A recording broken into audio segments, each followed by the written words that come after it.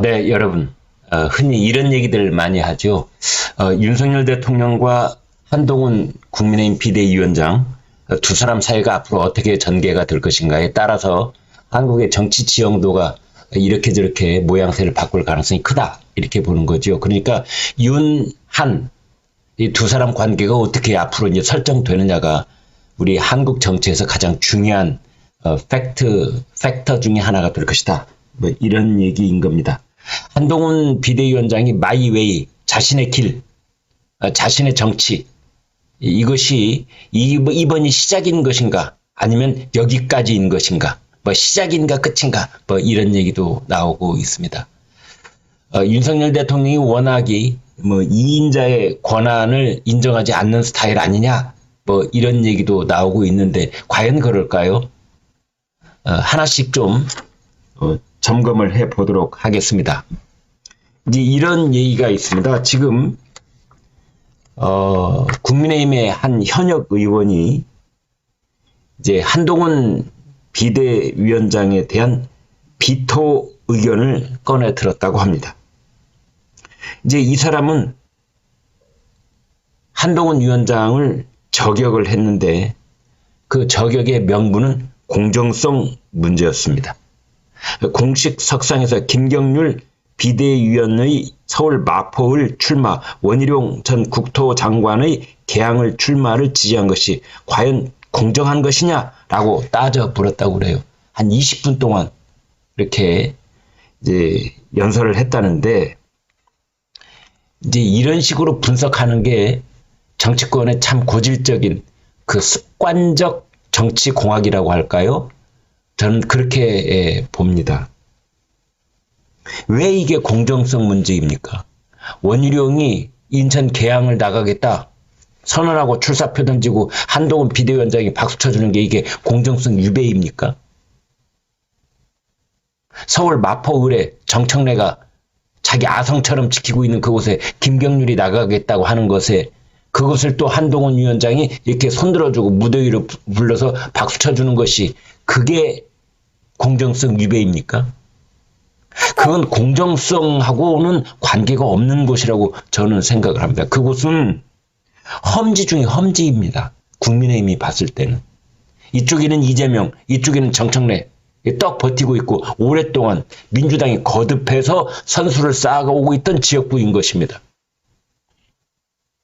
그리고 거기에 있었던 당협위원장은 사실은 본인들도 손 놓고 있었던 곳, 이런 측면도 있습니다. 뭐 양쪽 다 그렇다는 건 아니고요. 뭐 본인들은 또 이제 와서는 뭔가 또 얘기를 하고 싶겠죠.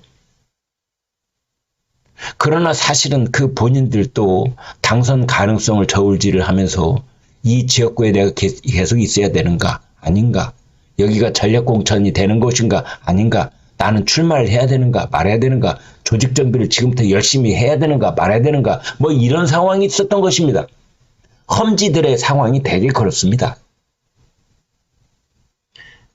그것은 거기에 원희룡과 김경률이 거기에 나가겠다라고 하는 것은 공정성을 훼손한 것이 아니라 희생과 용기가 필요했던 것입니다.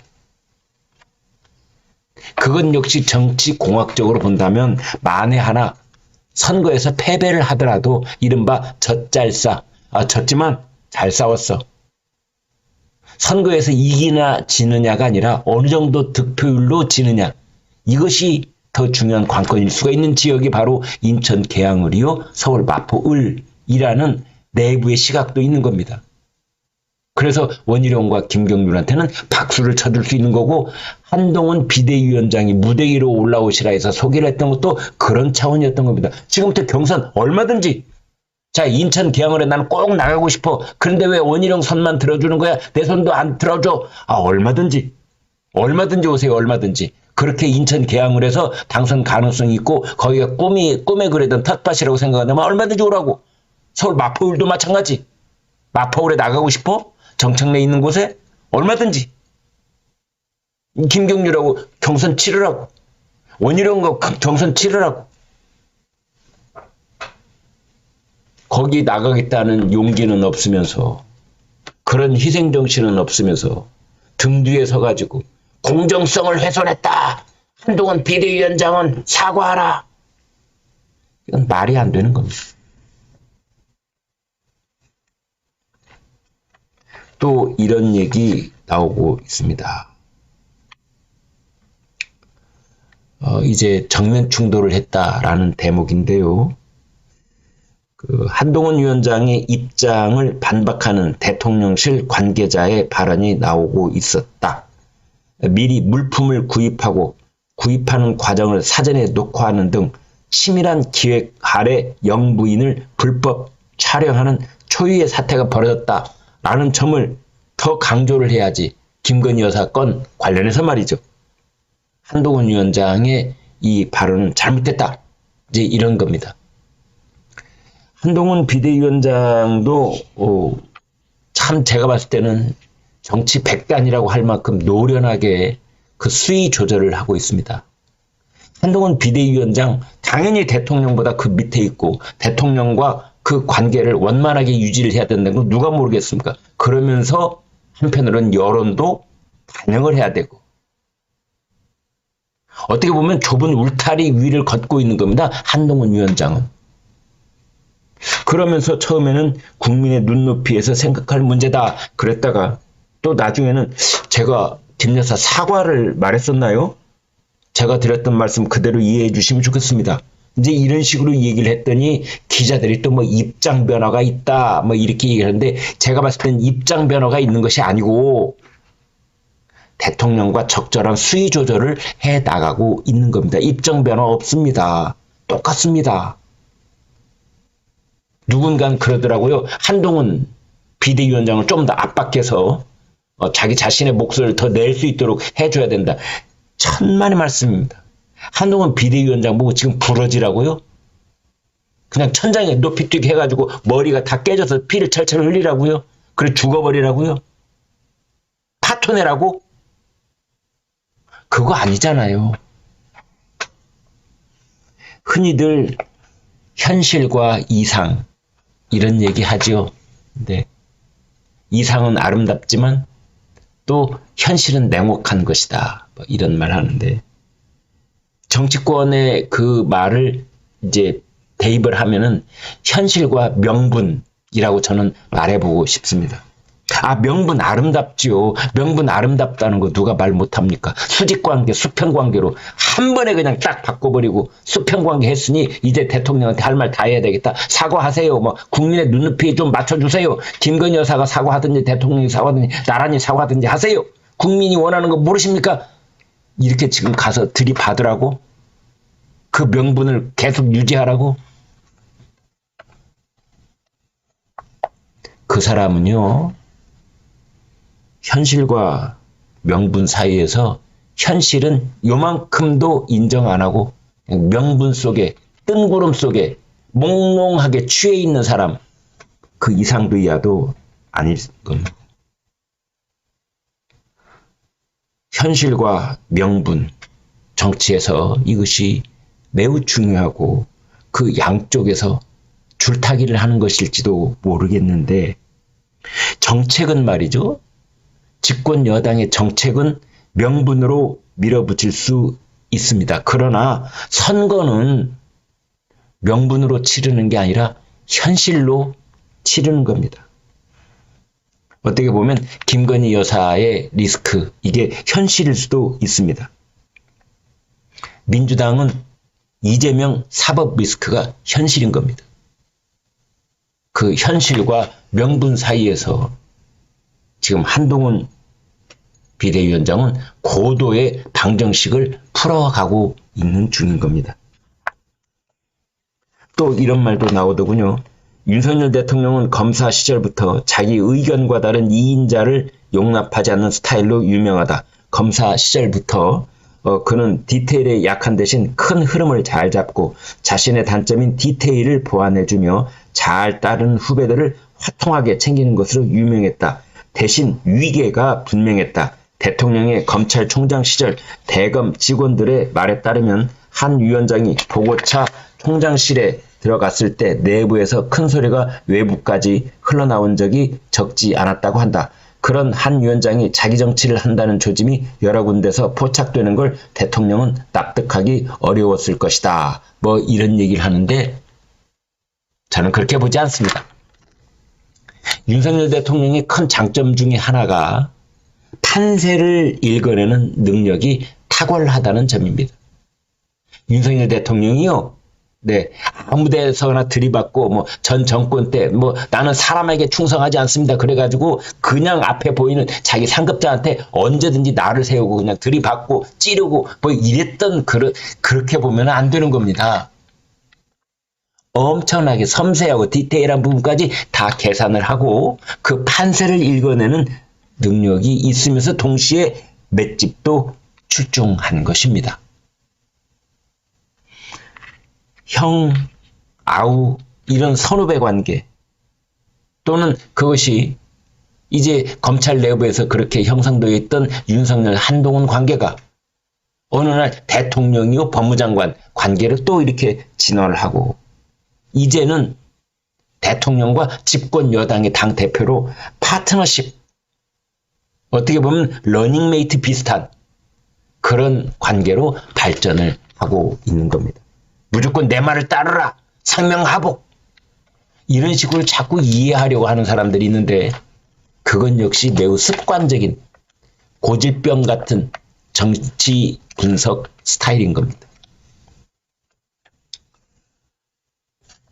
어떻게 보면은 그러나 저는 여기에서 윤석열과 한동훈 두 사람의 스파크가 계속 일어나야 된다고 보는 사람입니다. 왜냐하면 그래 해야만 이준석의 신당 바람이 찻잔 속의 태풍이 되는 것이기 때문입니다.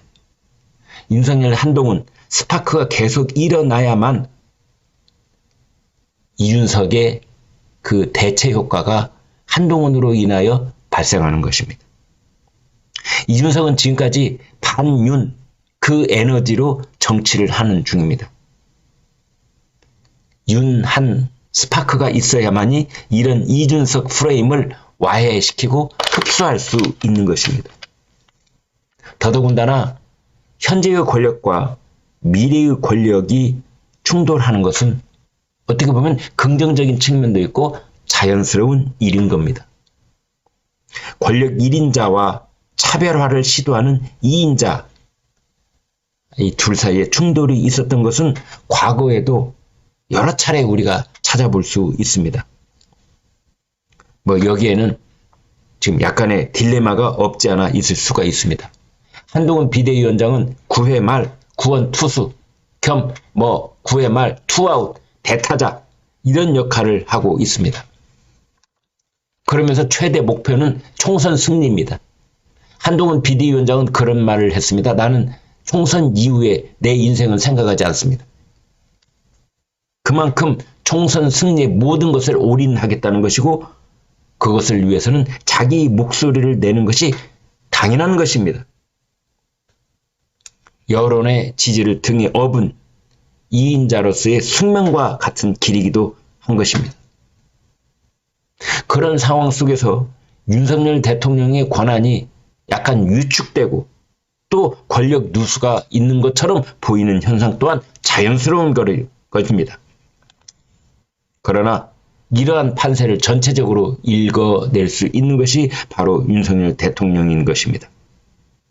이러한 충돌은 어떻게 보면은 이제 막 시작됐다. 그러나 그 충돌은, 그 스파크는 당연하고 자연스러운 것이다.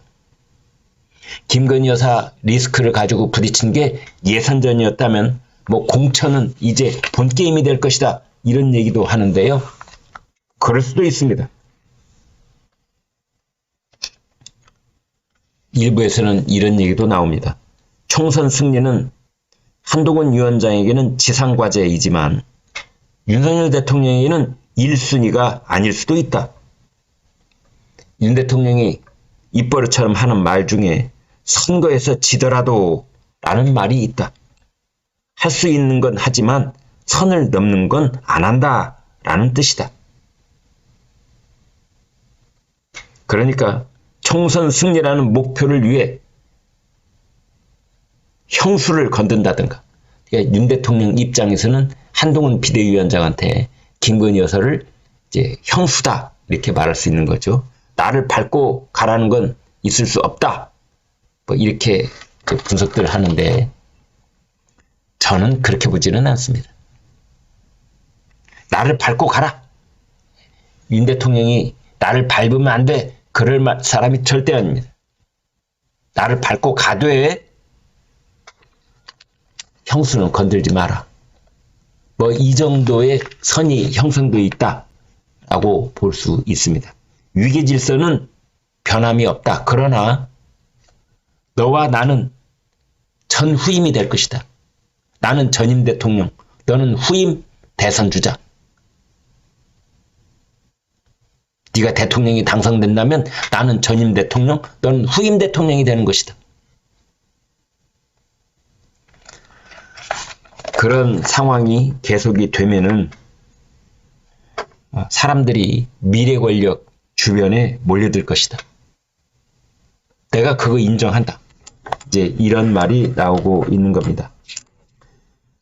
아무튼 뭐 지금 그 윤석열, 한동훈 비대위원장 두 사람의 관계 앞으로 어떻게 전개가 되느냐에 따라서 한국 정치 아주 중요한 변수 중에 하나로 그것이 작용을 할 가능성이 있다 이렇게 보는데요. 뭐 갈등이 봉합이 됐다느니 갈등이 해소가 됐다느니 뭐 이런 식의 얘기 또는 뭐 불씨가 여전하다더니 뭐 김건희 리스크 혹은 뭐 공천 갈등 뭐 이런 것들이 계속될 것이다 이런 말들이 나오고 있는데 그거는 고질적으로 습관적으로 들여다보고 있는 정치 분석입니다. 윤석열, 한동훈 두 사람 사이에 일어나고 있는 이 불꽃, 스파크, 너무나 자연스럽고 긍정적이고 좋은 현상인 겁니다. 그러면서 이준석 제3신당의 어떤 바람, 이것을 찻잔 속에 가둬놓는 효과.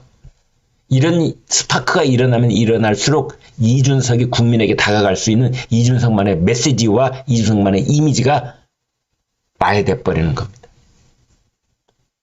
그래서 이제 한동훈 비대위원장이 미래의 권력, 물론 가능성인 것이지요. 미래의 권력이라고 하는 것은 윤석열 대통령의 현재의 권력. 이건 갈등 관계가 아니라 파트너십이고 그리고 러닝메이트 비슷하게 그렇게 나가고 때로는 서로 다른 목소리가 나올 수도 있는 겁니다. 항상 같은 목소리로 나오는 게 아닙니다.